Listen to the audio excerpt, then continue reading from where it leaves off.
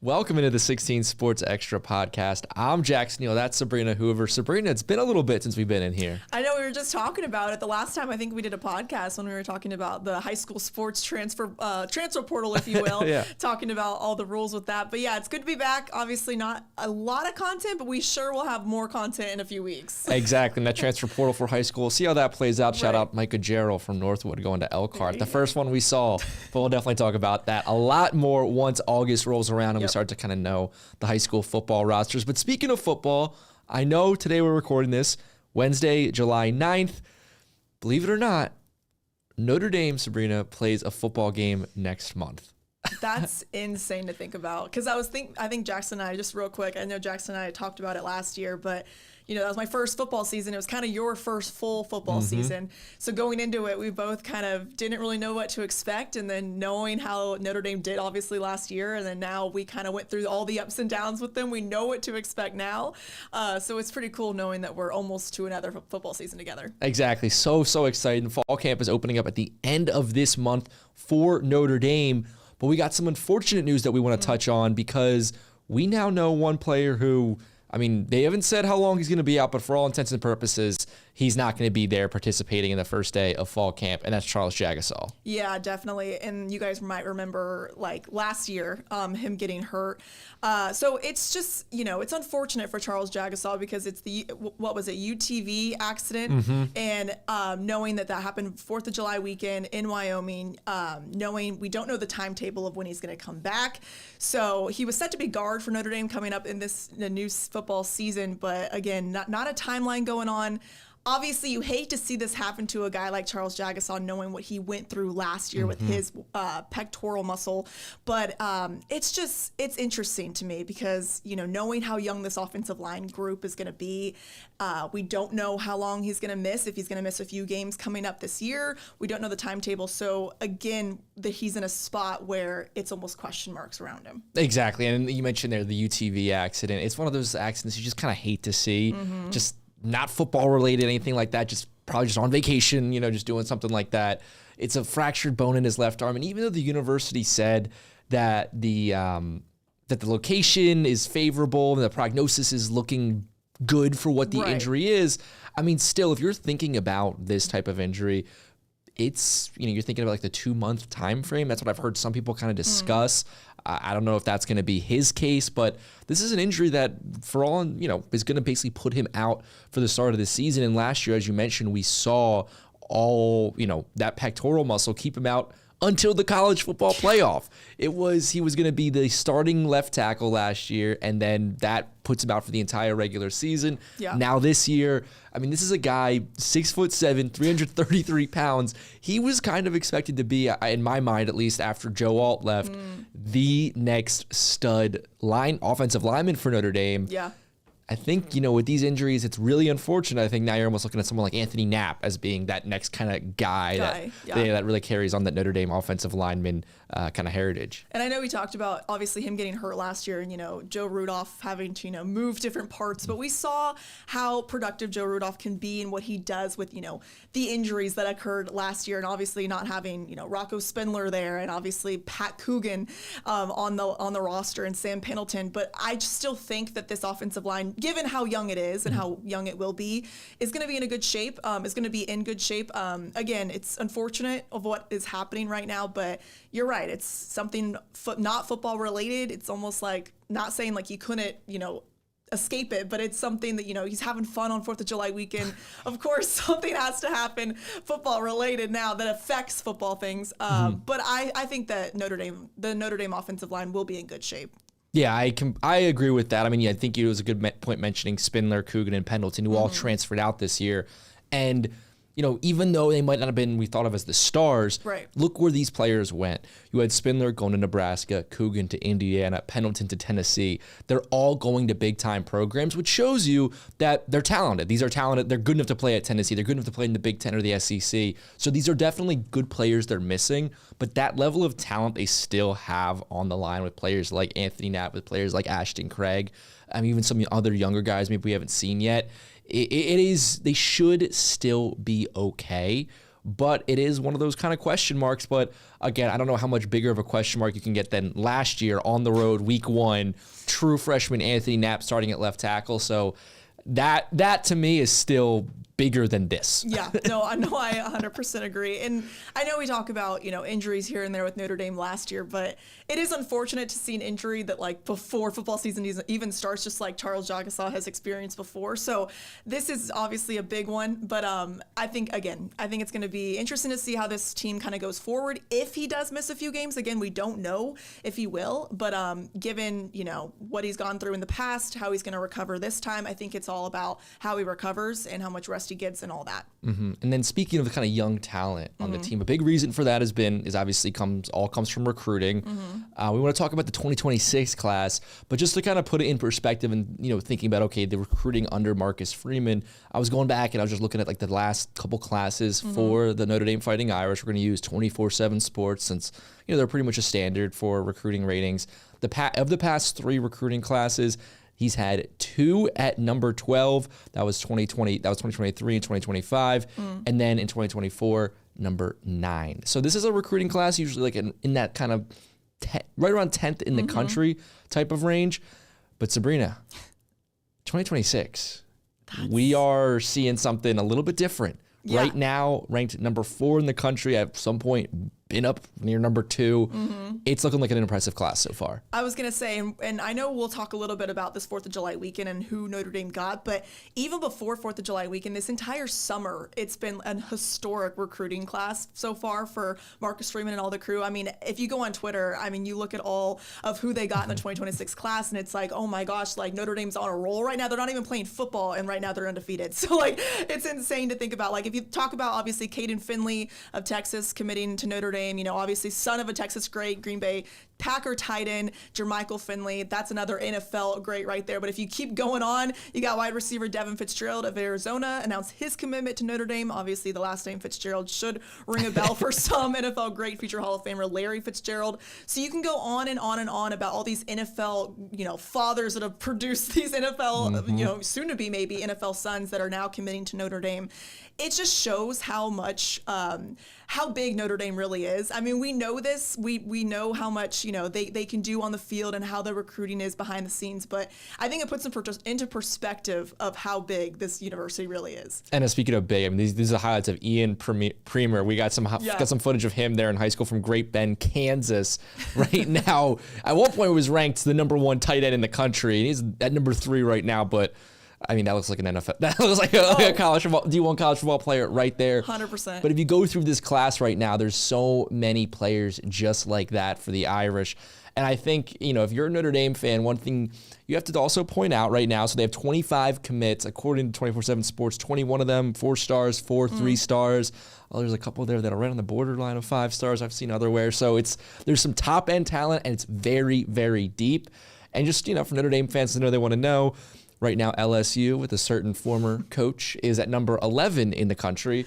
But then USC, number 1 with former Notre Dame general manager Chad Bowden. So kind of like, you see some Notre Dame, you see that kind of Notre Dame imprint kind of all around that top 10, that top 11 right there. One thing I will say, though, is, for Notre Dame, it is very impressive right now. We might see them drop a couple of spots as some more 5 stars begin to commit. I know you've seen Oregon just pick up several 5 stars once they get a couple 4 stars to match with that. We might see the Irish move down a couple spots, but the point of the matter is that right now, the way Marcus Freeman is recruiting is at a level where last year's not going to be an aberration, that they're going to have the talent to continually have national championship game appearances, or maybe even hopefully a win. No, and I agree. And it's so crazy to see, because we know how Marcus Freeman is, obviously, to the media and how we really perceive him. But he seems like I know he is such a great guy to these players. When you're being recruited by Marcus Freeman at Notre Dame,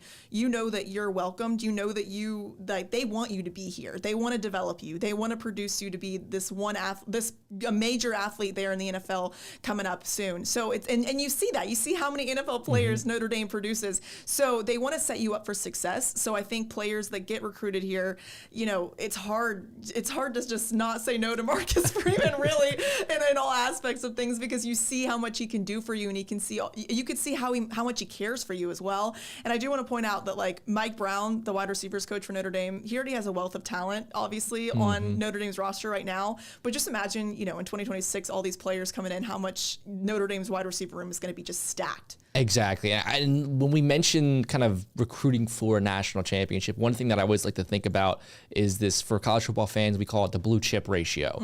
It's how much of your roster is comprised of 4 and 5 stars. Obviously, 3 stars do, 2 stars, walk-ons even, kind of can have their moments and, grow and become and exceed expectations. But for the most part, if you want to win a national championship, you got to have those 4 and those 5 stars. And we've been seeing Notre Dame's recruiting at the beginning of Marcus Freeman, his class is having that kind of 60% blue chip ratio. Now it's in the high 60% for last year. And this 2026 class is hovering right below 90%. So that means that, if this kind of trend continues, Notre Dame's going to be towards the top of the country in terms of having the most 4 and 5 stars on your roster. And while they don't always pan out, more times than not, those are the All-Americans. Those are the NFL draft picks. Those are the the Butkus Award winners, the Lombardi Award winners. Those are those types of guys. So if what we're saying now is that Notre Dame is recruiting at a level that I think that they've always recruited very well. This is another step. This is not just, okay, back in the days of the 14 playoff, let's make the playoff. This is a level of recruiting that is, okay, we're in front of Alabama in the rankings. We're in front of Oregon in the rankings. That's the level of recruiting they're at. And it's crazy you say that, because on Twitter, I think I mentioned that earlier, but a lot of Notre Dame writers that have been working for Notre Dame and writing on Notre Dame for years say that this year they've never seen anything like this. Like, they've never seen Notre Dame recruit the way that they have since it has been recently. So it's like crazy to know that people have been working for, writing for Notre Dame for years, and this is the year they're talking about being like literally historic. And I mean, it makes sense too, because you're coming off a national championship game appearance. I mean, obviously, the brand, there's so many ways to sell Notre Dame. So I think that's going to be a big thing if you're a football fan right now. I mean, we're going to get into the actual, I know, I think a lot of people are almost like, man, just get to this actual season. We've heard a lot of news about the 2026 season schedule. Now we're talking about the recruiting class. We'll touch on this upcoming season soon enough once fall camp starts. But right now, if you're an Irish fan, just know that last year was not the peak. Freeman is building this in a way that should sustain itself for several years to come. And really quick, I would argue that last year not winning the national championship probably got a little, Marcus Freeman a little more hungry for wanting a championship. Yeah, and also too, if you look at last year's roster, I know there was, on the defensive side especially, there was a lot of senior leadership. But if you look at the talent, just the level of 4 or 5 stars, these blue chip ratios, last year was actually a year too early for the Irish in a lot of people's estimations.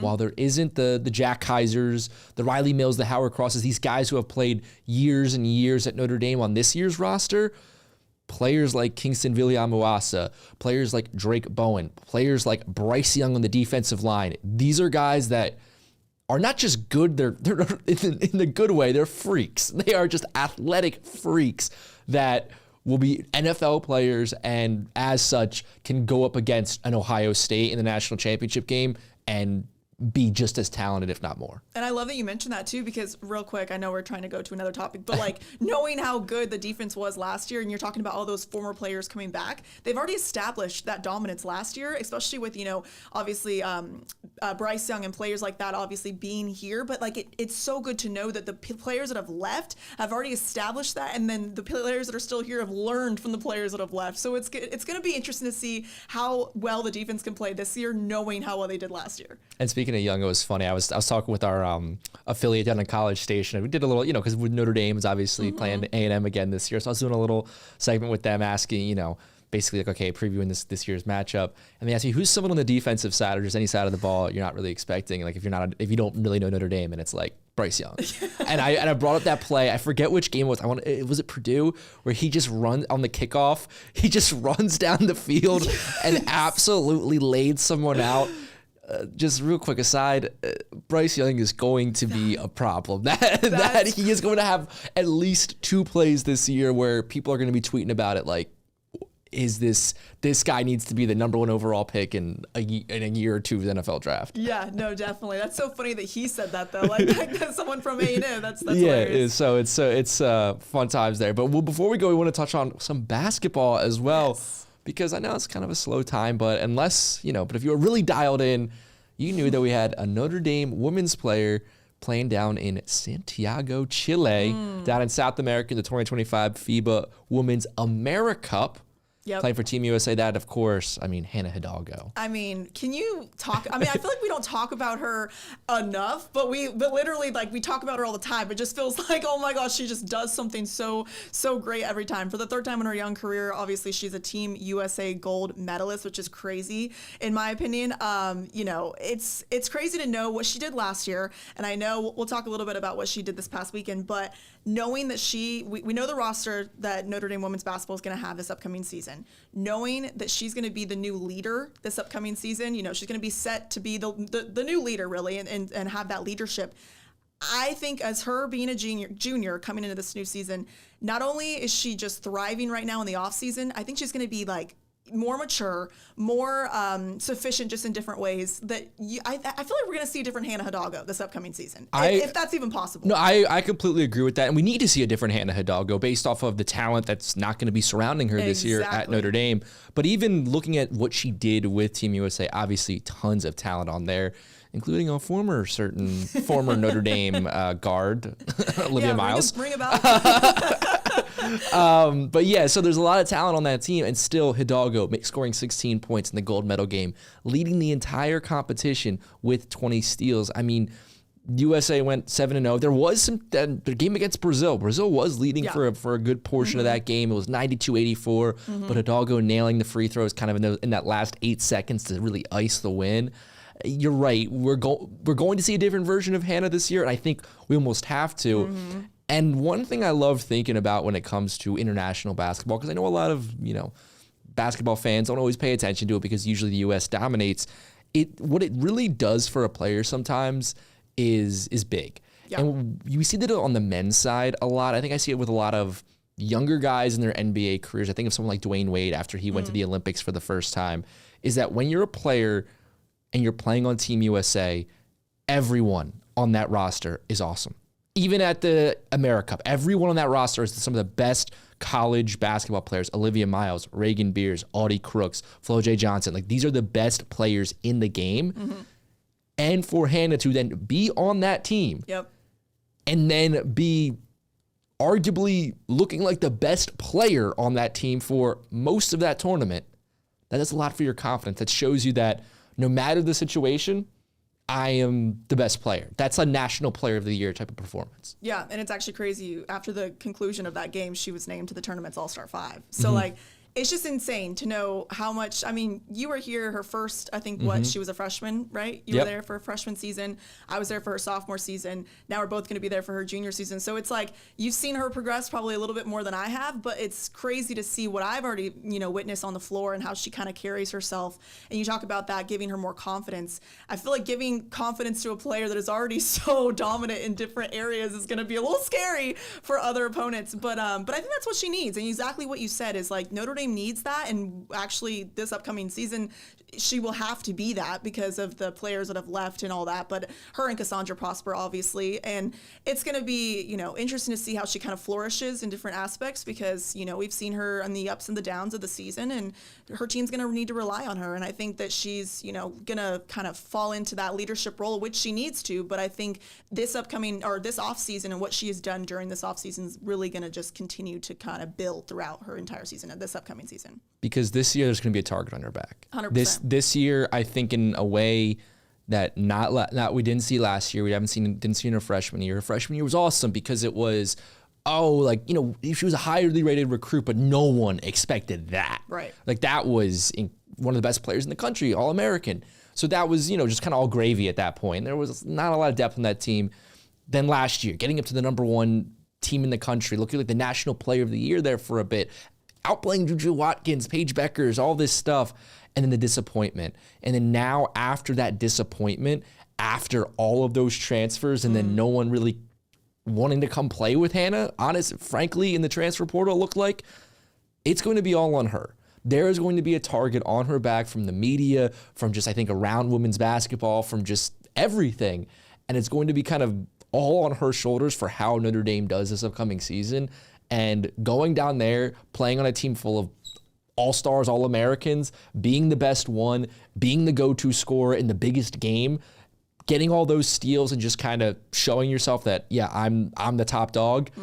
I think that does a lot for her because Notre Dame's going to need all of that this 100%, season. 100%. No, and again, I love seeing her succeed in the offseason, but also it's going to be, again, you know, just like you said, it's going to be a tough year. It's going to be a lot of ups and downs, just like every basketball season presents. But knowing that she's a little, you know, has a little more experience now, but also, you know, it doesn't help, or it helps that now she has the success during the offseason as well. Obviously on Team USA. I mean, who can really who can really complain when you're, you know, having success there? Of course. Well, Sabrina, anything else you want to talk about?